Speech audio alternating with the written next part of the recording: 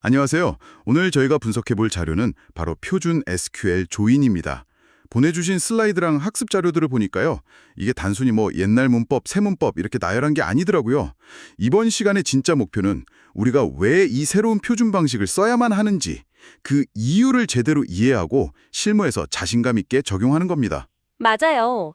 이게 단순히 코딩 스타일이 예쁘다, 안 예쁘다 이런 문제가 전혀 아니에요. 왜 이런 표준이 나왔을까? 그 근본을 생각해 보면 결국 SQL 코드의 가독성, 그러니까 다른 개발자가 내 코드를 얼마나 쉽게 이해할 수 있는가 이거랑 또 유지보수성, 나중에 코드를 고치기가 얼마나 쉬운가 하는 문제로 딱 귀결되죠. 더 나아가서는 어래클, SQL 서버, 포스트그레스 이렇게 여러 데이터베이스 시스템을 오가며 작업할 때 코드가 깨지지 않게 하는 호환성까지 챙기는 거고요. 아, 그렇군요. 그럼 가장 기본적인 차이점부터 확실히 짚고 가죠. 예전에는 from절에다가 테이블을 그냥 콤마로 쭉 나열하고 where절에 e.deptno는 d.deptno 이런 식으로 연결 조건을 썼잖아요. 그런데 이 표준 방식은 from절 안에서 inner join이라는 키워드를 쓰고 on이라는 새로운 절에다가 연결 조건을 명시하네요. 이게 그냥 위치만 살짝 바뀐 게 아닌 거죠. 전혀 아니죠. 이게 바로 핵심적인 생각의 전환이에요. 기존 방식은 테이블 연결 조건이랑 데이터 검색 조건이 외어절 하나에 막 뒤섞여 있었어요. 쿼리가 조금만 길어져도 어디까지가 조인이고 어디부터가 필터링인지 막 헷갈리기 시작하죠. 하지만 표준 방식은 from 절에서 나는 이 테이블과 저 테이블을 이런 규칙, 온으로 합쳐서 하나의 거대한 가상 테이블을 먼저 만들겠다. 이렇게 딱 선언을 해버리는 거예요.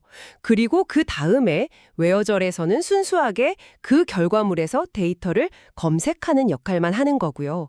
역할 분리가 아주 명확해집니다. 아, 그러니까 from절에서 일단 데이터의 구조를 완성시키고 where절에서는 그 구조 안에서 원하는 걸 쏙쏙 골라낸다. 이런 흐름이군요. 좋습니다. 그럼 그 기본 구조를 만드는 가장 첫 번째 도구, 이너 조인부터 시작해보죠. 이건 양쪽 테이블에 모두 데이터가 있는 그 교집합만 보여주는 익숙한 방식이네요. 네, 이너 조인 자체는 개념적으로 새로운 건 아니에요. 중요한 건 어떻게 조인 조건을 명시하느냐인데 여기서 이제 on과 using이라는 두 가지 선택지가 등장합니다. 근데 결론부터 딱 말씀드리면 on이 거의 모든 상황에서 쓰이는 표준 중에 표준이다. 이렇게 보시면 돼요. 제일 유연하고 강력하거든요. 잠깐만요. on이 그렇게 강력하고 표준이라면 using은 대체 왜 있는 건가요? 뭔가 불필요한 복잡함을 더하는 것 같기도 하고요. 그냥 몇 글자 줄이려고 쓰는 건가요? 아니면 더 깊은 이유가 있나요? 오, 아주 좋은 질문이에요. 유징은 딱 한 가지 상황에서 아주 매력적이에요. 바로 조인하려는 두 테이블의 컬럼 이름이 완벽하게 같을 때 그때 코드를 아주 깔끔하게 만들어주죠. on, edptno, ddptno 이렇게 길게 쓰는 대신에 그냥 using dptno라고만 쓰면 되니까요. 정말 간결하죠? 확실히 짧고 보기 좋네요. 근데 이 편안함에는 뭔가 대가가 따를 것 같은 느낌이 드는데요. 정확해요. 두 가지 중요한 특징이자 제약사항이 있어요. 첫째, 유징으로 조인한 컬럼은 결과 테이블에서 하나로 합쳐져서 나와요. 중복이 제거되는 거죠. 둘째, 그리고 이게 더 중요한데 조인 컬럼에 e.dptno처럼 테이블 별칭을 붙이면 에러가 나요. 그냥 컬럼 이름만 딱 써야 하죠. 그리고 가장 결정적인 건 SQL 서버 같은 일부 주요 데이터베이스에서는 아예 지원을 안 해요. 아, 그렇군요. 그럼 여러 데이터베이스를 쓰는 환경이라면 호환성 문제 때문에라도 무조건 on을 써야겠네요. on은 컬럼 이름이 달라도 예를 들어서 한쪽은 empid이고 다른 쪽은 employee number여도 on e.empid d.employee number 이렇게 명시적으로 연결해주면 되니까 훨씬 자유롭고요. 바로 그거예요. 실무에서는 컬럼명이 다른 경우가 비일비재하잖아요. 그리고 관리자 정보를 찾기 위해서 같은 테이블을 두 번 조인하는 셀프 조인 같은 복잡한 로직도 온절이 있어야만 명확하게 표현할 수 있고요. 그래서 온은 선택이 아니라 사실상 필수라고 봐야 합니다. 원칙. 유징은 아주 제한적인 상황에서 일종의 문법적 설탕 같은 거군요. 자, 그런데 여기 유징에서 한 발 더 나아간 극단적으로 편리해 보이는 조인이 있네요. 내추럴 조인이요. 이건 조인 조건을 아예 안 쓴다고요? 이게 어떻게 가능한 거죠? 데이터베이스가 제 마음이라도 읽는 건가요? 마음을 읽는 게 아니라 테이블의 구조를 엿보는 거죠. 내추럴 조인은 두 테이블에서 이름이랑 데이터 타입이 같은 모든 컬럼을 찾아서 그걸 전부 조인 조건으로 삼아버려요. DEP TNO라는 공통 컬럼이 하나뿐이라면 그걸로 딱 조인해주니 처음엔 정말 마법처럼 보이죠. 잠깐만요. 모든 공통 콜럼이라고요? 거기서 뭔가 좀 위험한 냄새가 나는데요? 네, 바로 그게 내추럴 조인의 치명적인 함정이에요. 이런 시나리오를 한번 생각해 보세요. 처음엔 EMP랑 DEP 테이블의 공통 컬럼이 DEP TNO 하나뿐이라서 내추럴 조인이 아주 잘 돌아갔어요. 내 쿼리는 완벽했죠. 그런데 몇 달 뒤에 다른 팀 개발자가 데이터 관리 목적으로 두 테이블 모두에 REST 업데이티드 데이트라는 컬럼을 추가했어요. 저는 제 코드를 단 한 줄도 건드리지 않았고요.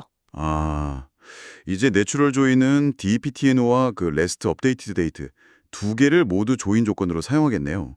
부서 번호도 같고 마지막 수정 날짜까지 똑같아야만 데이터가 나오게 되는 거죠. 맞아요. 결과적으로 내가 의도했던 데이터가 전혀 안 나오거나 완전히 다른 결과가 나올 수 있어요. 최악은 뭔지 아세요? 내 코드는 그대로인데 내가 알지도 못하는 다른 사람의 테이블 스키마 변경 때문에 내 쿼리가 조용히 망가져 버린다는 거예요. 이런 예측 불가능성은 프로덕션 환경에서는 정말 재앙이나 다름없죠. 와, 이건 진짜 무서운 이야기네요. 결국 내추럴 조인의 핵심 위험은 내 코드가 나도 모르는 사이에 오작동할 수 있다는 거군요. 정확합니다. 그래서 이건 프로 개발의 핵심 원칙과도 연결이 돼요. 우리는 기계가 아니라 미래의 나 자신 또는 동료 개발자를 위해서 코드를 써야 한다는 원칙이요.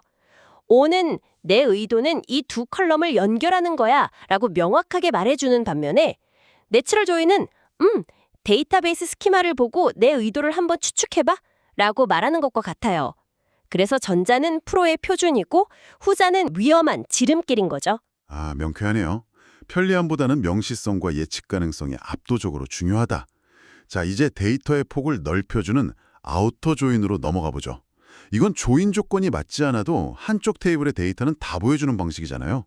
분석할 때 정말 필요할 것 같은데요. 그렇죠. 이너 조인이 일치하는 것만 찾는 데 집중한다면 아우터 조인은 일치하지 않는 것, 그러니까 누락된 것을 찾는 데 아주 강력한 도구예요. 아직 주문이 한 건도 없는 고객은 누구지? 라던가 단 한 명의 직원도 배정되지 않은 부서는 어디지? 같은 질문에 답을 할 수 있게 해주죠. 예전 오라클 문법에서는 그 플러스 기호를 써서 좀 헷갈렸는데 표준 문법은 left, right, full 이렇게 이름부터가 아주 직관적이네요. 맞아요. 레프트 아우터 조인은 말 그대로 왼쪽에 있는 테이블이 주인이에요. 왼쪽 테이블 데이터는 전부 다 보여주고 오른쪽에 짝이 없으면 그 자리는 그냥 널로 채워지죠. 참고로 아우터는 보통 생략하고 그냥 레프트 조인이라고 많이 써요. 라이트 조인은 주인이 오른쪽 테이블인 것만 빼면 뭐 완전히 똑같고요. 그럼 풀 아우터 조인은 양쪽 모두를 주인으로 삼는 건가요? 네, 양쪽 테이블의 모든 데이터를 다 보여주는 가장 포괄적인 조인입니다. 레프트 조인의 결과랑 라이트 조인의 결과를 합집합으로 합친 거다. 이렇게 생각하면 쉬워요. 한쪽에만 데이터가 있어도 결과에 모두 포함되죠. 양쪽 데이터의 전체 현황을 비교 분석할 때 아주 유용해요.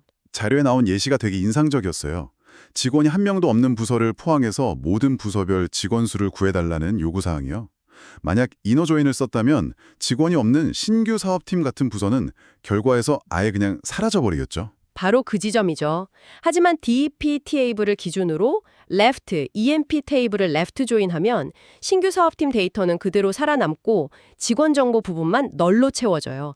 여기에 카운트 함수를 쓰면 직원 수가 정확히 0으로 집계되죠. 이렇게 해야만 비즈니스의 전체 상황을 왜곡 없이 보여주는 완전한 보고서를 만들 수 있는 겁니다. 자, 이제 마지막 주자입니다. 크로스 조인. 이건 카타시안 곱을 만든다고 하는데 이름부터 뭔가 모든 걸 다 곱해버릴 것 같은 강력한 느낌이 드네요. 두 테이블의 모든 행을 하나하나 다 짝지어서 가능한 모든 조합을 만든다는 거죠. 네, 그래서 가장 강력하면서도 동시에 가장 위험한 도구라고 불려요. 100명의 고객 테이블이랑 50개의 상품 테이블을 크로스 조인하면 100 곱하기 50, 즉 5,000개의 조합이 순식간에 만들어져요. 테이블이 조금만 커져도 결과는 정말 기하급수적으로 늘어나죠. 생각만 해도 아찔한데요. 이거 잘못 실행하면 데이터베이스 관리자한테 바로 전화 오는 거 아닌가요? 지금 서버 터지기 일보 직전인데 뭐 하시는 거냐고 하면서요. 충분히 그럴 수 있죠. 실제로 가장 흔한 실수가 예전 방식으로 from customers products라고만 쓰고 웨어절의 조인 조건을 빼먹는 경우예요. 데이터베이스는 이걸 크로스 조인하라는 명령으로 알아듣고 모든 조합을 만들기 시작하죠. 이게 바로 시스템 장애로 이어지는 아주 흔한 패턴 중 하나입니다. 이렇게 위험하다면 도대체 언제, 왜 의도적으로 사용하는 건가요? 의도를 가지고 쓰면 정말 창의적인 결과를 만들 수 있어요. 가장 대표적인 활용법이 데이터의 틀 만들기예요. 예를 들어서 1년치 월별 매출 보고서를 만들어야 한다고 한번 해보죠. 어떤 부서는 특정 월의 매출이 아예 없을 수도 있잖아요. 그렇죠. 그럼 그 월의 데이터는 아예 빠진 채로 보고서가 나오겠네요? 맞아요. 그걸 방지하기 위해서 먼저 모든 부서 목록 테이블이랑 1월부터 12월까지의 월 목록 테이블을 크로스 조인해요. 그럼 영업일팀 1월, 영업일팀 2월, 쭉 마케팅팀 12월 같은 모든 가능한 조합으로 이루어진 뼈대, 그러니까 완벽한 보고서 양식이 만들어지죠. 아, 그렇게 비어있는 틀을 미리 만들어 두고 거기에 실제 매출 데이터를 레프트 조인으로 붙이는 거군요. 그러면 매출이 없는 달은 자연스럽게 0이나 빈칸으로 표시되겠네요. 와, 이건 정말 똑똑한 방법인데요? 네, 데이터 시각화를 하거나 분석을 할 때 데이터가 빠짐없이 채워진 그리드를 만드는 데 아주 유용해요. 테스트 데이터를 대량으로 생성할 때도 좋고요. 사용자 이름 몇 개랑 상품 카테고리 몇 개를 크로스 조인해서 수백, 수천 개의 가짜 주문 데이터를 손쉽게 만들 수도 있고요. 위험한 도구지만 그 원리를 이해하면 아주 강력한 무기가 되는 셈이죠. 오늘 자료를 쭉 훑어보니까 표준 조인의 세계가 정말 깊네요. 특히 조인 조건은 on에, 검색 조건은 where에 명확히 분리하는 것이 좋은 코드를 만드는 첫걸음이라는 걸 다시 한번 느낍니다. 오늘 나눈 이야기의 핵심을 한 단어로 요약하면 명시성이에요. 데이터베이스가 알아서 해주길 바라는 그런 암묵적인 코드, 내추럴 조인이 아니라 나의 의도를 코드를 통해서 명확하게 드러내는 것, 온 조인. 이것이 장기적으로 훨씬 안전하고 협업하기 좋고 유지보수하기 쉬운 코드를 만드는 비결입니다. 특히 다양한 데이터베이스를 다루는 현대 개발 환경에서는 호환성이 가장 좋은 온저를 쓰는 게 사실상의 글로벌 스탠더드라고 할 수 있어요. 오늘 분석은 여기서 마무리하겠습니다. 마지막으로 청취자분께서 이 주제를 좀 더 깊이 고민해 보실 만한 질문을 하나 남겨드립니다. 오늘 우리는 이미 만들어진 테이블들을 어떻게 효과적으로 연결할지에 대해 이야기했습니다. 그렇다면 관점을 바꿔서 여러분이 앞으로 새로운 데이터베이스 테이블을 직접 설계하는 입장이 된다면 어떨까요? 미래에 어떤 조인이 필요할지 미리 예측해서 테이블 구조와 컬럼 이름을 설계하는 것이 어떻게 더 직관적이고 강력한 데이터 모델을 만드는 데 기여할 수 있을까요? 한번 생각해 보시면 좋겠습니다.